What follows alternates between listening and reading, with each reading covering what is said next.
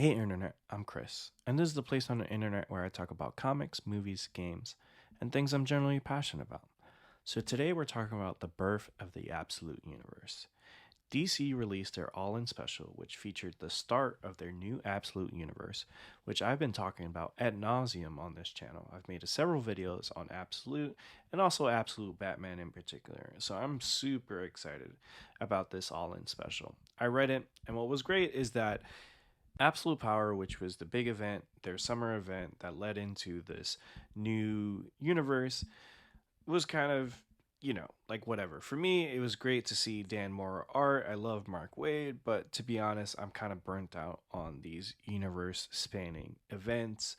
And sort of the air got taken out of the event when sort of like halfway, well, before the event was even over, you kind of knew the absolute universe was coming and that absolute power would be leading into that. So like I was already kind of looking past absolute power, which isn't fair to the event because as I read these sort of later issues, I think issue 3 and 4 were really great. And if you're a fan of Dan Morrow, who I think is probably one of the best, not just cover artists, like interiors, like it's insane what he's able to do. I know online people like to give him shit about like, having the same face for most characters, but the guy is insane. The way he's able to sort of like draw so many different characters and really like in iconic ways. I just love Dan Mora's art. You can't make me hate him, internet. So there's that.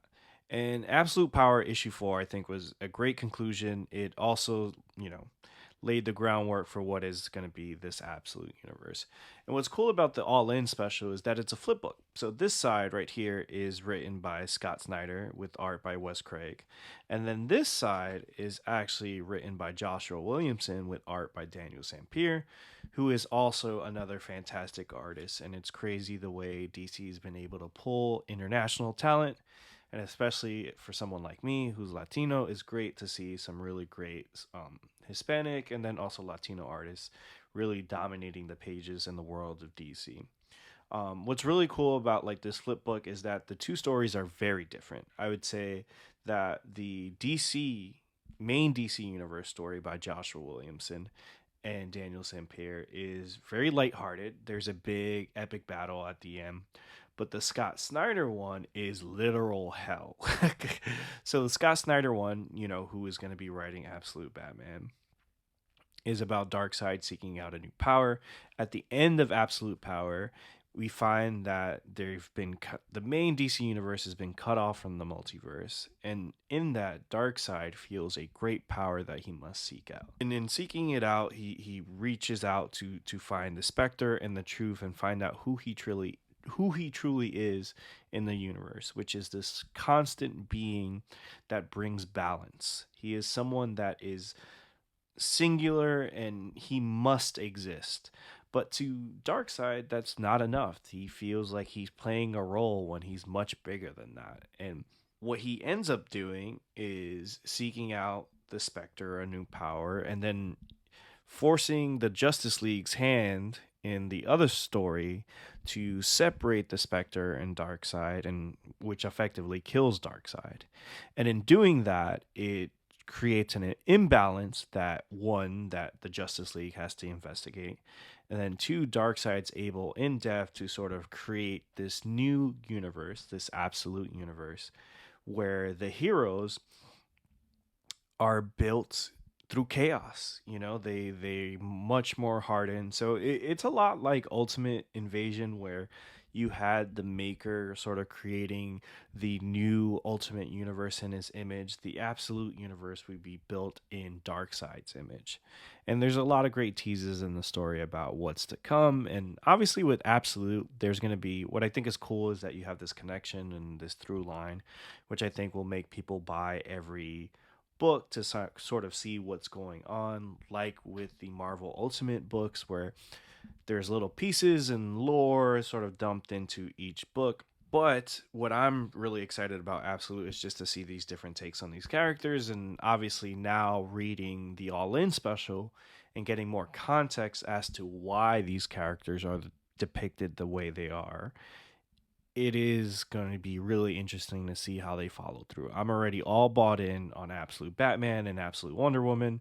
Absolute Superman, I still need a little bit more to get really excited about, but considering that Joshua Williamson is still writing the mainline Superman, there's still some great sort of like traditional Superman, despite, Absolute being a big departure from what we know. I have to say, a lot of this is talking about the birth of the Absolute universe, but truly, this all in special is something I think comic fans, whether you're a Marvel, DC person, should really check out because it's big, it's bombastic, it's everything Scott and Josh have been talking about for the last year, basically, where they really went all out. I really appreciate that this book felt very comic booky. It was epic. It felt like, Darkseid's in it, so it felt like Darkseid or like something big. It felt like what events should feel like. It strangely enough, it felt bigger than what was going on in Absolute Power because guess what? This like flip book was a lot more intimidating than whatever Amanda Waller was doing. Like to be honest, like Waller's cool as a character, but information doesn't scare me. I'm not scared of Amanda Waller, you know what I mean? So it's something I think you should definitely check out. Great art. There's some great variants, and it's cool to kind of like be able to get like this much story for $5, which at DC these days you get half of this for $5. And it's something where now you have next week where Absolute Batman #1 is going to be coming out, which is the official start of sort of the Absolute universe. Whereas this was a tease and you kind of know why the Absolute universe was birthed, but we'll get further into that next week. And then on top of that, like what this book did a really good job of is get me super excited for Justice League Unlimited, which I'll talk about a little bit and maybe I'll do a video on in terms of like how I've been diving into Absolute Batman. But Justice League Unlimited is going to be fantastic because if you Absolute Power also sets this up a bit, well, sets it up a lot, but the DC universe for the past couple years since the death of the Justice League has honestly not been super exciting. The Titans were supposed to step into that role, and I don't think the book ever really took off, and a lot of these events have not had no teeth. But from the ashes, to steal, a word from Marvel, of this Absolute Power event, you've got the Justice League deciding they must expand their ranks. And I'm excited to see what that looks like, especially with the setup of a lot of heroes getting their powers back, some not, some getting the wrong powers back, and also this dark side problem sort of brewing, this mystery as to what has gone on with the multiverse and what Darkseid is up to, which also sets up New Gods by Ron V and Evan Cagle, which I am super stoked for. So it's an exciting time to be a DC fan if you read the comics. Absolute Universe is here, and I couldn't be more excited. And what do you think? Did you read DC All In? Are you going to be picking up Absolute Batman #1, Justice League Unlimited, and New Gods? I know I am. I'm really excited.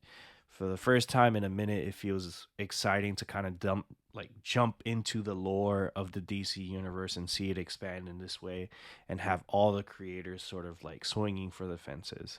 So let me know what you think. Peace.